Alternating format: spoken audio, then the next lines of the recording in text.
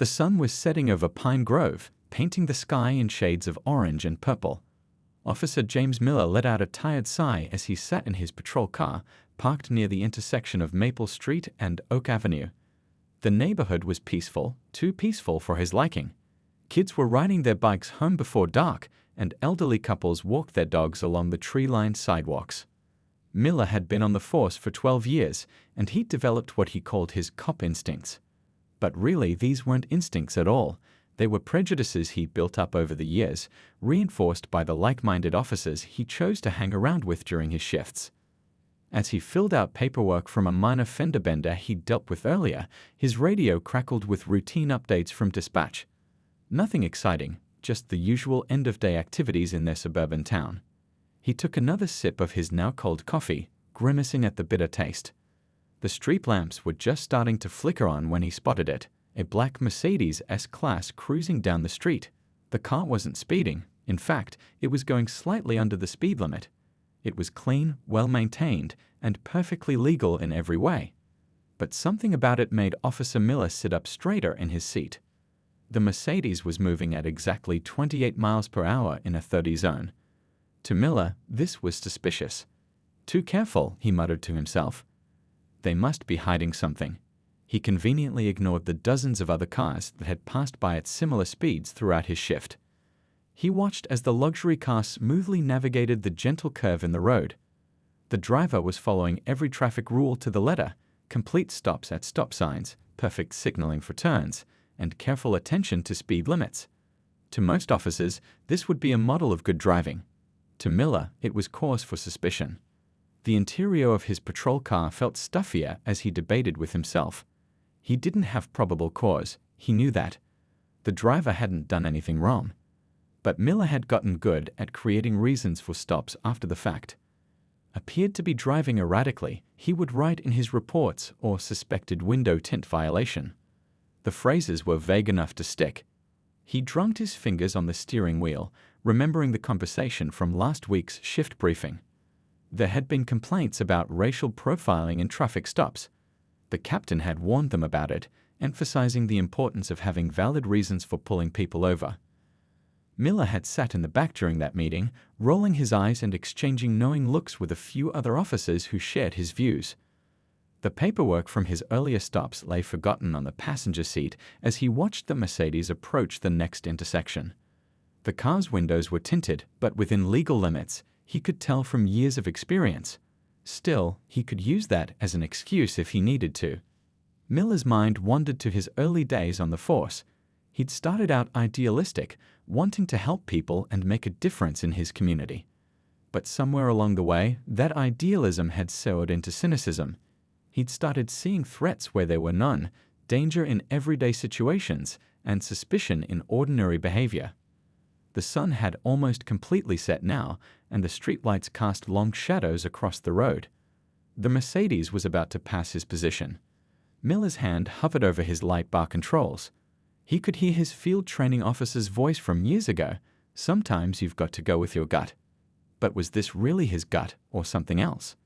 He thought about the new chief starting next week. There had been a department-wide meeting to introduce them, but Miller had called in sick that day. He didn't see the point. Chiefs came and went, but street work stayed the same. At least, that's what he told himself. The black Mercedes was now directly in front of his patrol car.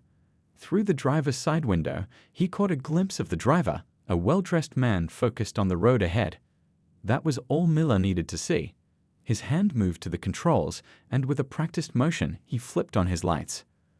The red and blue reflections bounced off the Mercedes' polished black paint as it pulled over smoothly and professionally. Miller radioed in the stop to dispatch, giving his location and the vehicle description. He didn't mention that he had no real reason for the stop.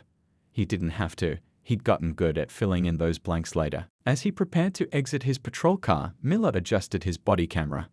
Department policy required it to be on during all stops, but he'd developed a habit of accidentally hitting the off switch during certain interactions. He checked his appearance in the rearview mirror, straightened his badge, and took another sip of his cold coffee. The evening air was cool when he stepped out of his car. Moths fluttered around the streetlights, and somewhere in the distance, a dog barked. It was the kind of peaceful evening that reminded most people why they loved living in small towns. But Miller wasn't thinking about that. His mind was already crafting the story he'd tell in his report, the one that would justify this stop. He approached the Mercedes with his usual caution, hand resting near his holster. Another habit he'd developed over the years. The car's engine hummed quietly at idle, its expensive German engineering evident in the smooth purr. The interior lights were on, showing the driver sitting calmly with both hands visible on the steering wheel, exactly as driver's education courses taught. As Miller's boots crunched on the gravel at the road's edge, he had no idea that this routine traffic stop was about to change not just his career, but his entire perspective on law enforcement.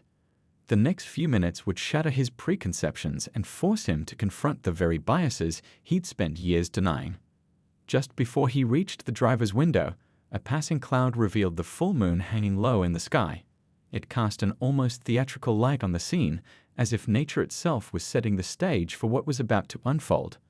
Miller's flashlight beam cut through the evening darkness, illuminating the window that was already smoothly descending. The Mercedes window glided down silently, revealing a man in his mid-50s wearing a tailored navy suit.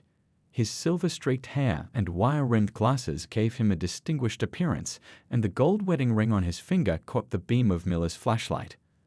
The man's calm demeanor was striking. There was no hint of nervousness or anger, just a patient dignity that somehow made Officer Miller even more determined to assert his authority. "Good evening, Offie," the driver began, his voice steady and professional, but Miller cut him off mid-sentence. "License, registration, and insurance." Miller's tone was sharp, unnecessarily aggressive. He kept his flashlight beam pointed directly at the driver's face, an old intimidation tactic he'd picked up over the years. The harsh light reflected off the driver's glasses, but the man didn't flinch or show any sign of discomfort. The driver's hands moved slowly and deliberately, making sure each movement was visible. Years of experience had taught him the delicate dance of traffic stops, how every motion needed to be telegraphed, how even reaching for the requested documents too quickly could be seen as threatening. He learned these unwritten rules the hard way, through countless similar encounters. "Sir," the driver tried again, maintaining his composure, "I was wondering if you could tell me." "Did I ask you to speak?" Miller interrupted, his hand still resting on his holster. "Documents. Now." Each word was clipped, dripping with unearned authority. A couple walking their dog on the sidewalk slowed down, watching the scene unfold with concerned expressions. The interior light of the Mercedes illuminated the immaculate leather interior as the driver reached for the glove compartment. His movements were measured, almost theatrical in their slowness. The wedding ring glinted again as he carefully extracted a leather wallet containing his vehicle documents. "Everything's in order, officer," the driver said softly, extending the documents with both hands. His voice carried years of experience, not just professional authority, but the kind of patience that comes from facing similar situations throughout his life. Miller snatched the papers roughly, making a show of scrutinizing each one. The driver's license photo showed the same dignified face, though taken a few years earlier. The registration was current, the insurance more than adequate. Everything was perfectly in order, which somehow irritated Miller even more. A light breeze carried the scent of blooming jasmine from a nearby garden, creating an odd contrast with the tense atmosphere of the traffic stop. More neighbors had noticed the scene now. Curtains twitched in nearby windows, and a few people had emerged onto their porches, phones in hand. "Step out of the vehicle," Miller commanded, taking a step back from the car. There was no legitimate reason for this request. The stop itself had no valid basis, and asking the driver to exit the vehicle was a clear escalation. But Miller had already committed to this course of action, and backing down now wasn't in his nature. The driver's expression remained neutral, but his eyes, visible now that they'd adjusted to the flashlight's glare, showed a deep understanding of the situation. He reached slowly for his phone on the dashboard, pressing a single button before complying with the officer's demand. The Mercedes's door opened with a soft click, and the driver emerged with the same deliberate grace he'd shown throughout the encounter. He stood nearly as tall as Miller, his posture straight but not threatening. His suit was clearly expensive, but tasteful, the kind of outfit that spoke of success earned through years of hard work rather than inherited privilege. "Sir," Miller said, his voice dripping with sarcasm on the honorific. "Do you want to explain what you're doing in this neighborhood?" The question hung in the air, its implications clear to everyone within earshot. The growing number of observers on their porches shifted uncomfortably. The driver adjusted his glasses slightly, a gesture that suggested he was carefully choosing his next words. "Officer Miller," he said, reading the name tag on the uniform, "I believe you should know that."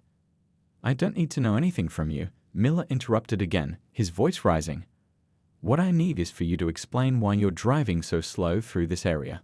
Planning to case some houses, maybe?"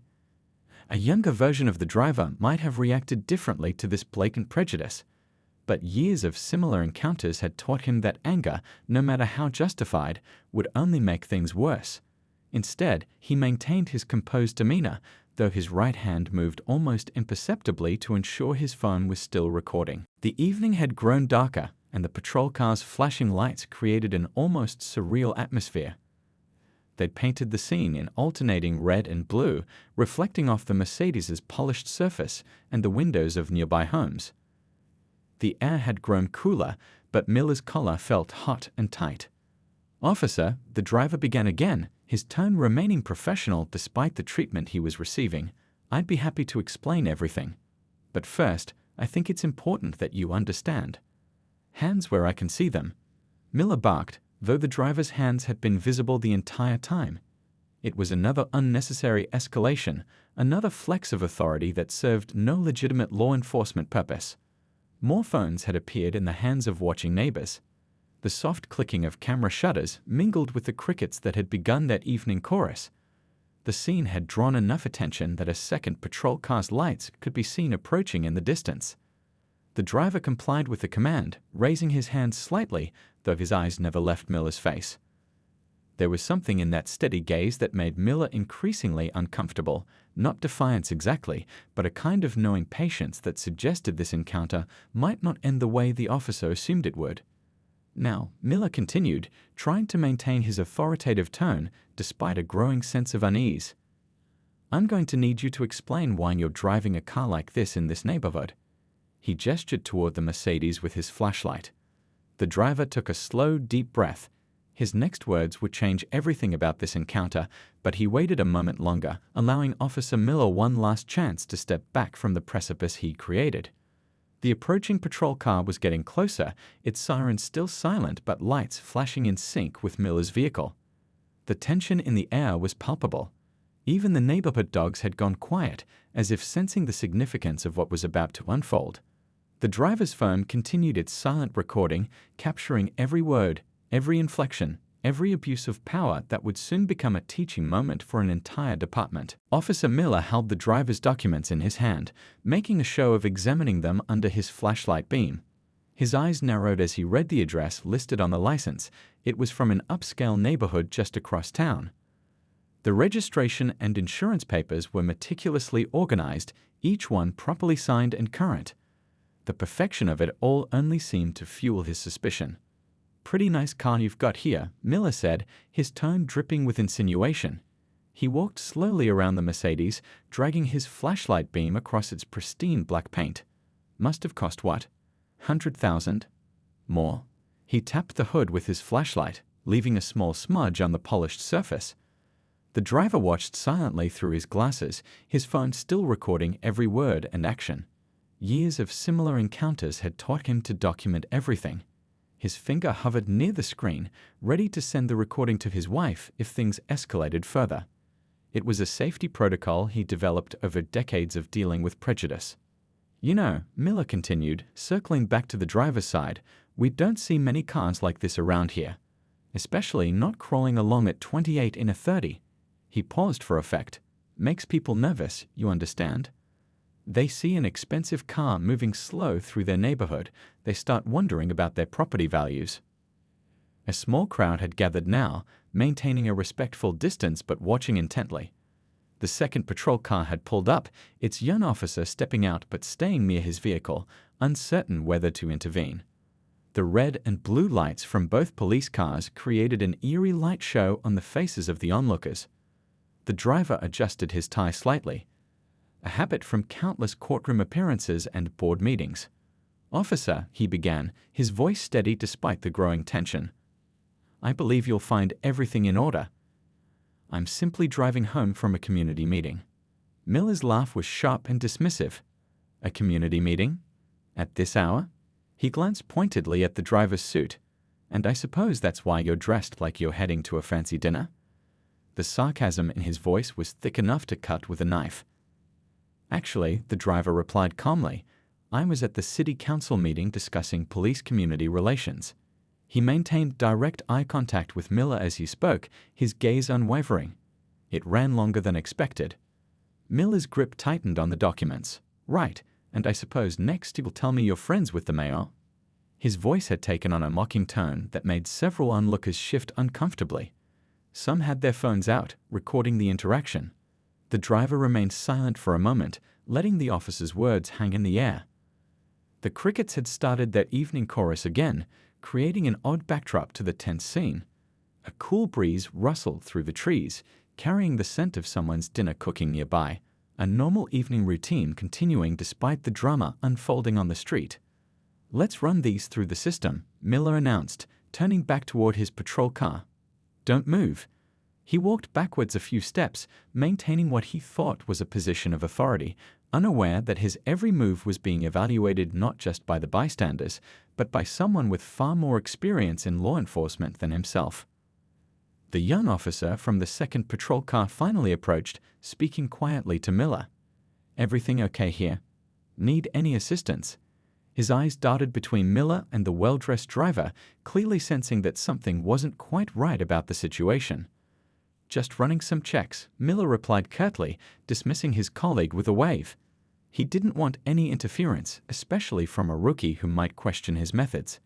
The younger officer retreated reluctantly, but stayed nearby, his body language showing his discomfort with the situation. Inside his patrol car, Miller began inputting the license information into his computer. The interior felt stuffy despite the cool evening air. Sweat had begun to form at his hairline, though he told himself it was just from the heat of his vehicle.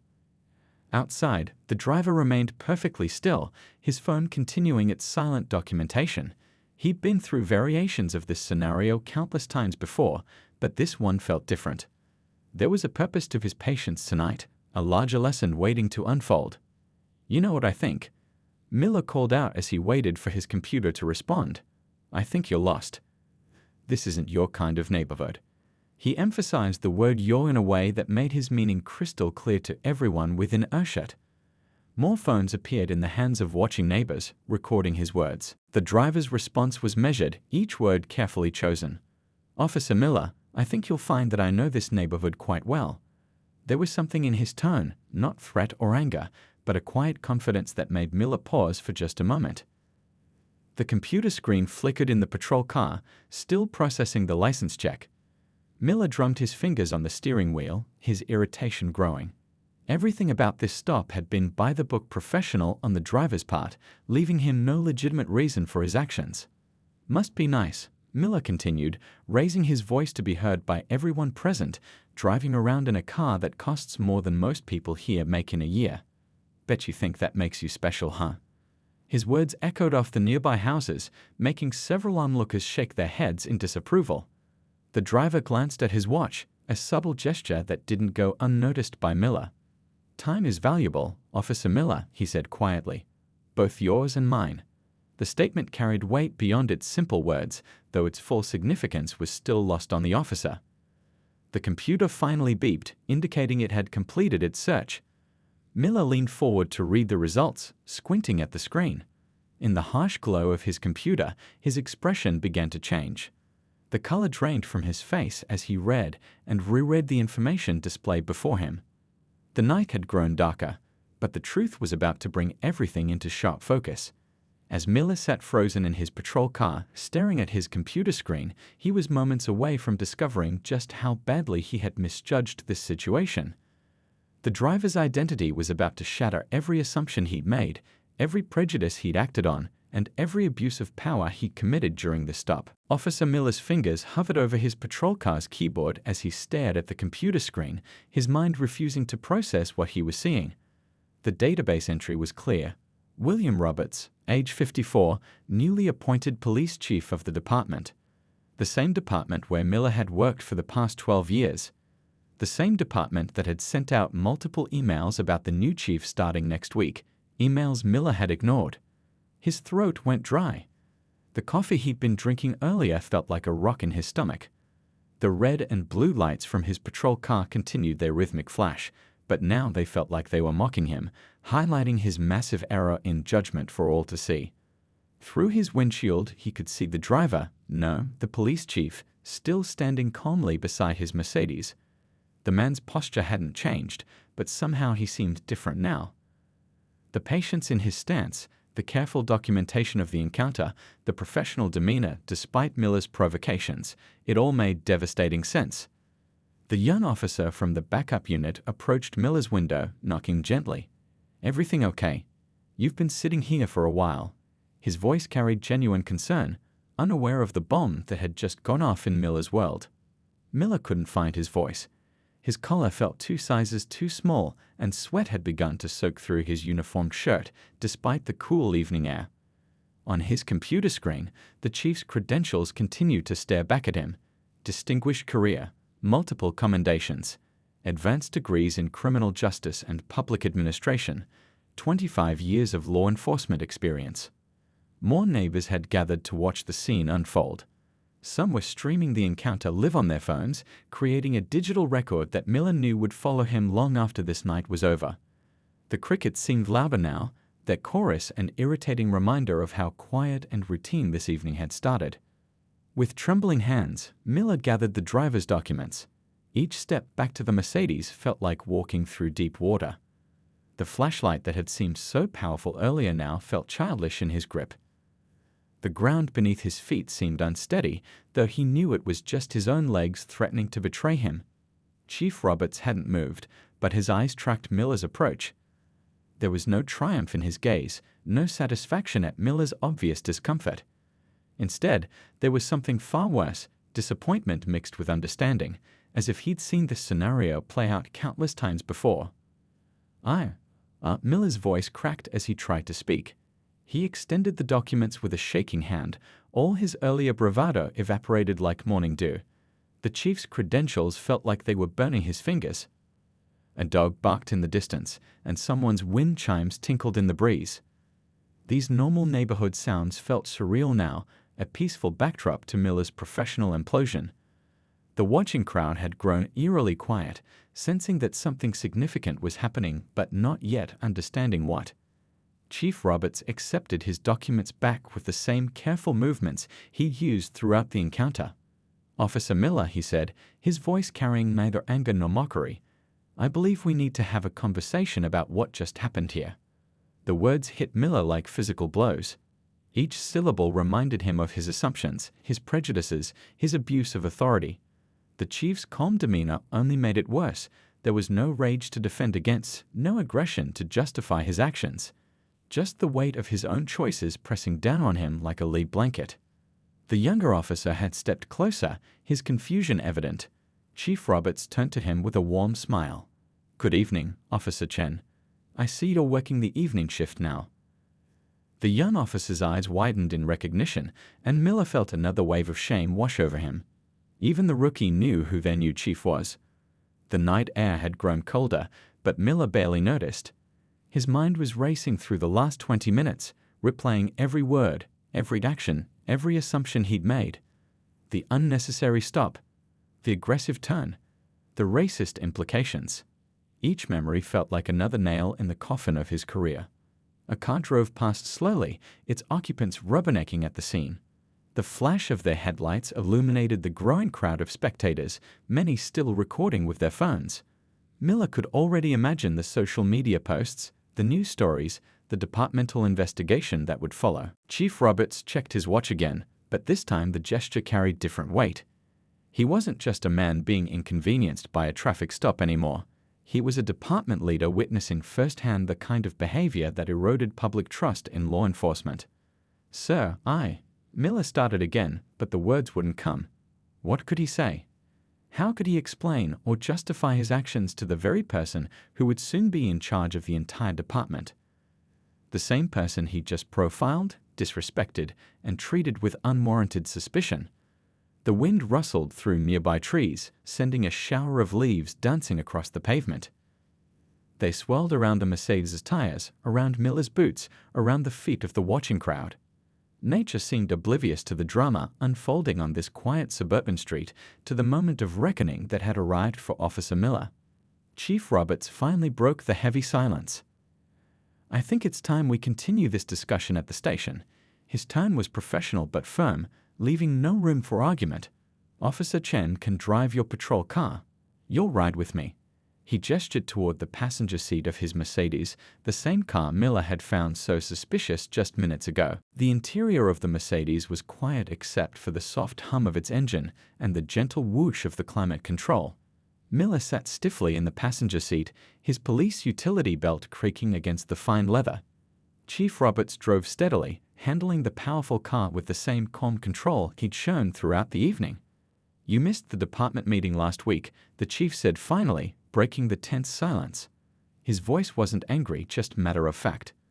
"The one where I was introduced to the force." He stopped at a red light, the street empty except for their two-car convoy. His Mercedes followed by Officer Chen and Miller's patrol car. Miller stared straight ahead, his throat tight. I called in sick that day, sir." The lie felt hollow even as he said it. The light turned green, and they moved forward into the night. "No," Chief Roberts replied quietly, "you didn't want to come." "There's a difference." He turned onto the main road leading to the police station. "Just like there was no real reason to pull me over tonight. We both know that." The words hung in the air between them. Through the windshield, Miller could see the familiar streets of his patrol route, but everything looked different now. Each street lamp they passed felt like a spotlight highlighting his shame. "I've been watching our department for the past week," the chief continued, his eyes on the road. "Not from behind a desk, but from the streets. Driving different cars, wearing different clothes, seeing how our officers really interact with the community." He adjusted his glasses slightly. "Do you know what I've learned, Officer Miller?" Miller's uniform felt too tight, too heavy. He could feel his phone buzzing in his pocket, probably messages from other officers who'd heard about what was happening. News traveled fast in their department. "Sir, I can explain." "I've learned," Chief Roberts continued as if Miller hadn't spoken, "that most of our officers are doing their best to serve and protect everyone equally. They're building trust, showing respect, making our community stronger." He paused at another red light. "And then there are officers like you." The light turned green, but the chief didn't move. A few drops of rain had started to fall, pattering softly on the windshield. Officers who see threats where there are none. Who make assumptions based on skin color or the car someone drives. Who abuse their authority because they think no one will call them out. Miller felt each word like a physical blow. In the side mirror, he could see Officer Chen following in his patrol car, probably wondering what was being said in this quiet conversation that would change everything. "Pull out your phone," Chief Roberts instructed, finally accelerating through the intersection. "I want you to look at your body camera footage from your last 10 traffic stops, right now." With trembling hands, Miller opened the department's camera app. The chief waited patiently as Miller scrolled through his recent stops. The pattern was clear, even to Miller now. The targets of his random stops were far from random. 23 years ago, the chief said softly, "I was pulled over 3 times in 1 week on my way to the police academy. The academy where I was training to become an officer." He turned into the parking lot of their precinct. Each time, the officer had some excuse. Each time, they were surprised when they saw my cadet ID. The station's lights cast a harsh fluorescent glow over the parking lot. Other officers were gathering near the entrance, drawn by the radio chatter and text messages about what had happened. Miller could see their curious faces, their phones ready to capture whatever came next. "But here's what you need to understand, Officer Miller," the chief continued, parking precisely in his designated spot. "This isn't about embarrassing you. It's not about punishment. It's about growth." He turned off the engine but made no move to exit the car. "It's about whether you're willing to learn from this moment." Rain was falling steadily now, creating a curtain of water between the Mercedes and the watching officers. The droplets caught the station's lights, turning them into tiny prisms that scattered color across the windshield. "Sir," Miller managed to say, his voice barely above a whisper, "I never meant to." He trailed off, realizing how empty those words sounded. Chief Roberts turned to face him fully. Intent isn't the issue here. Impact is. He reached into his jacket pocket and pulled out his phone. "I recorded our entire interaction tonight. Not because I wanted to get you in trouble, but because I needed evidence of what our community faces. Evidence that can't be dismissed or explained away." The rain drummed on the car's roof, creating a rhythm that matched Miller's pounding heart. Through the water-streaked windows, he could see more officers gathering, their faces illuminated by the station's lights. His colleagues, his fellow officers, all waiting to see what would happen next. "You have a choice to make," the chief said, his voice firm but not unkind. "You can defend your actions, make excuses, or blame others. Many officers do. Or you can take this opportunity to really look at yourself, to understand why you did what you did, and to become the kind of officer our community deserves." Miller felt tears forming in his eyes, but he blinked them back. Years of built-up defenses, assumptions, and prejudices were crumbling under the weight of this moment. The chief's words cut through every excuse he'd ever made to justify his behavior. The fluorescent lights of the police station's conference room buzzed overhead as Miller sat at the long table, his reflection staring back at him from the dark window. It was nearly midnight now, but sleep was the last thing on his mind. Chief Roberts sat at the head of the table, his phone placed between them, the audio recording of their encounter ready to play. The shift supervisor, Lieutenant Thompson, had joined them, her face growing increasingly grave as she listened to the recording. The sound of Miller's voice filled the room, harsh, prejudiced, unprofessional. Each word he'd spoken earlier that evening now felt like an indictment. "Stop the recording," Lieutenant Thompson said quietly after hearing Miller's comment about property values. She removed her reading glasses and pinched the bridge of her nose. "Officer Miller, do you understand that this single traffic stop could destroy years of community outreach?" The air conditioning hummed in the background, a steady drone that seemed to emphasize the weight of the silence. Outside the conference room, other officers moved through their normal night shift routines, but their glances toward the glass walls told Miller that nothing about this night would be normal again. Chief Roberts leaned forward, his hands clasped on the table. "Before we continue, I want to be clear about something." His voice was steady, authoritative, but not unkind. "This meeting isn't about ending your career, Officer Miller. It's about changing its direction." Miller shifted in his chair, his uniform still damp from the rain. "Sir, I don't know what to say. I've never—" He trailed off, realizing that every excuse he could offer would only make things worse. "You've never been caught," the chief finished for him. "But this behavior didn't start tonight, did it?" He pulled out a folder and spread several papers across the table. "I've reviewed your traffic stop records for the past 6 months. Would you like to explain the pattern I'm seeing?" The numbers were stark, impossible to justify. The racial disparity in Miller's stops was clear even at a glance. Each statistic felt like another nail in the coffin of his old attitudes, his comfortable assumptions. Lieutenant Thompson studied the papers, her expression hardening. "This goes beyond just tonight's incident. This is a pattern of behavior that needs to be addressed." She looked at Miller directly. "The question is, are you willing to do the work required to change?"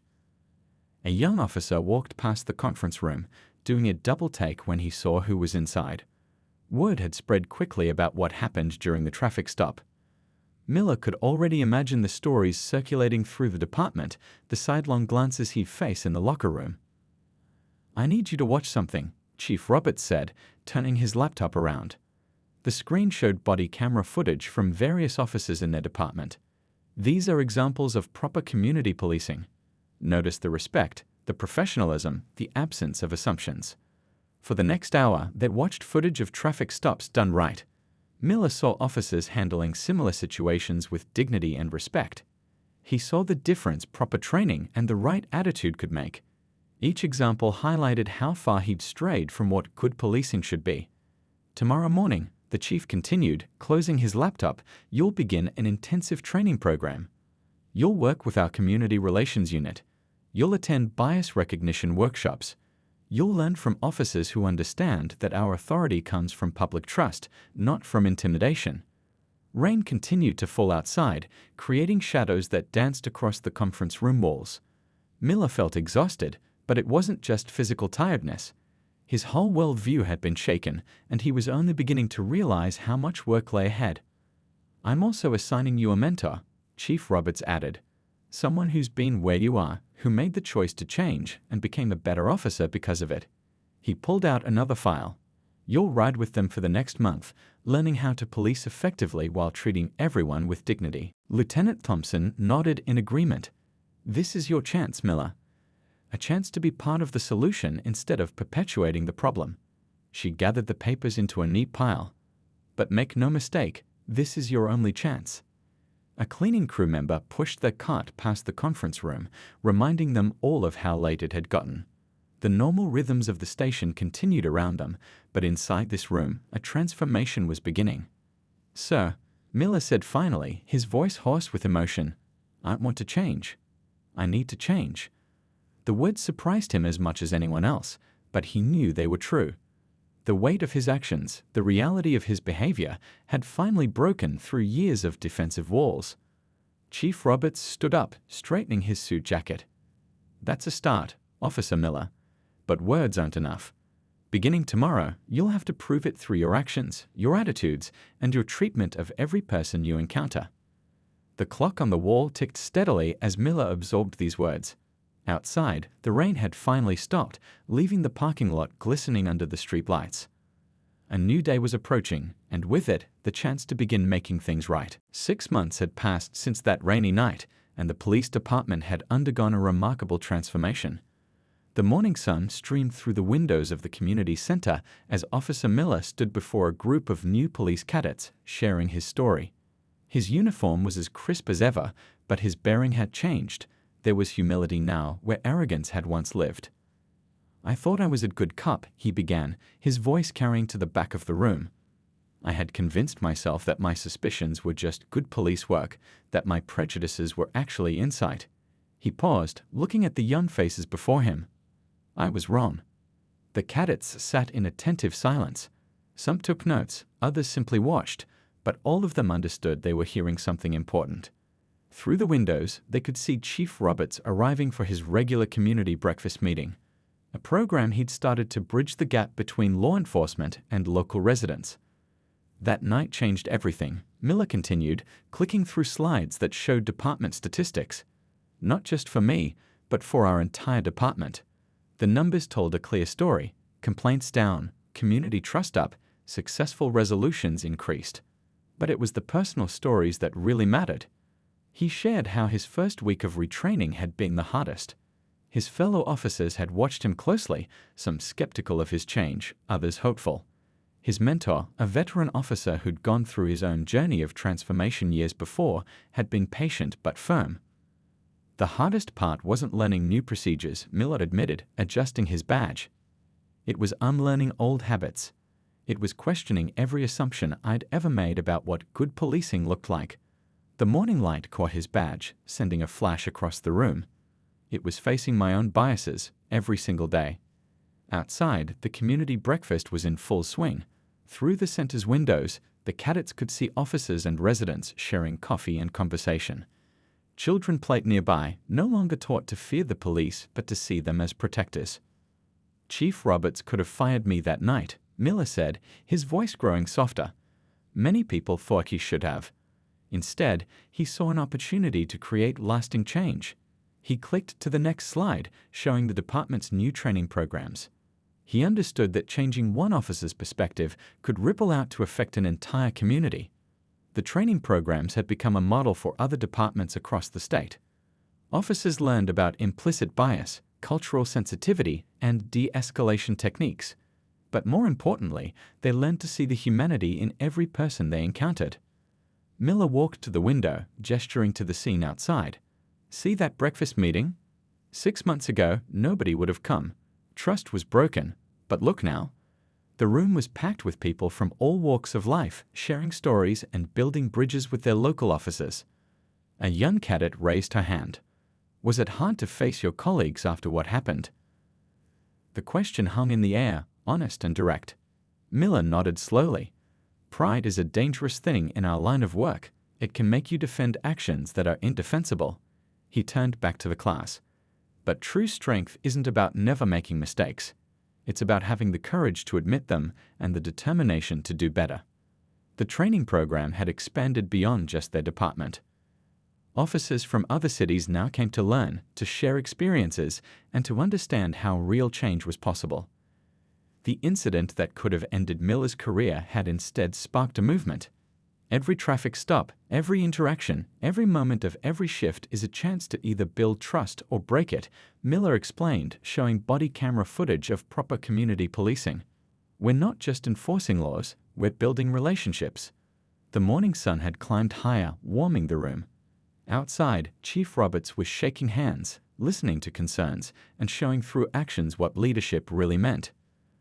The breakfast program was just one of many changes he'd implemented, each designed to heal old wounds and prevent new ones. Last week, Miller said, his voice carrying emotion, "I ran into the same neighbors who recorded my worst moment as an officer. But this time was different." He smiled slightly. "They showed me videos of recent interactions they'd had with our officers, positive ones. They talked about feeling safer, more respected. The changes hadn't always been easy. Some officers had resisted, clinging to old ways of thinking. But the results were undeniable. Crime rates had dropped as community cooperation increased. Tips came in more frequently because people trusted they would be heard and respected. The badge we wear isn't just a symbol of authority," Miller concluded, touching his own badge. "It's a symbol of trust. And trust has to be earned every day, with every interaction." He looked at each cadet in turn. "Your training starts here, but your real test will be out there, in how you treat every single person you meet." As the session ended, the cadets filed out, many stopping to shake Miller's hand or ask questions. Through the windows, they could see the community breakfast wrapping up, officers and residents parting with smiles and waves. It was a simple scene, but one that represented months of hard work and genuine change. Chief Roberts entered the training room as the last cadets left. "Good session?" he asked, though his smile suggested he already knew the answer. Miller nodded, gathering his materials. "They get it, sir. They really do. They understand that what happened that night wasn't just about one traffic stop or one officer. It was about choosing what kind of police department we want to be." The chief smiled, looking out at the dispersing breakfast crowd. "Change is possible, Officer Miller. Sometimes it just takes one moment, one decision, to start the process." He turned back to Miller. "Ready for patrol?" Miller straightened his uniform, a different officer than he'd been 6 months ago. "Yes, sir. Ready to serve and protect. The right way, this time."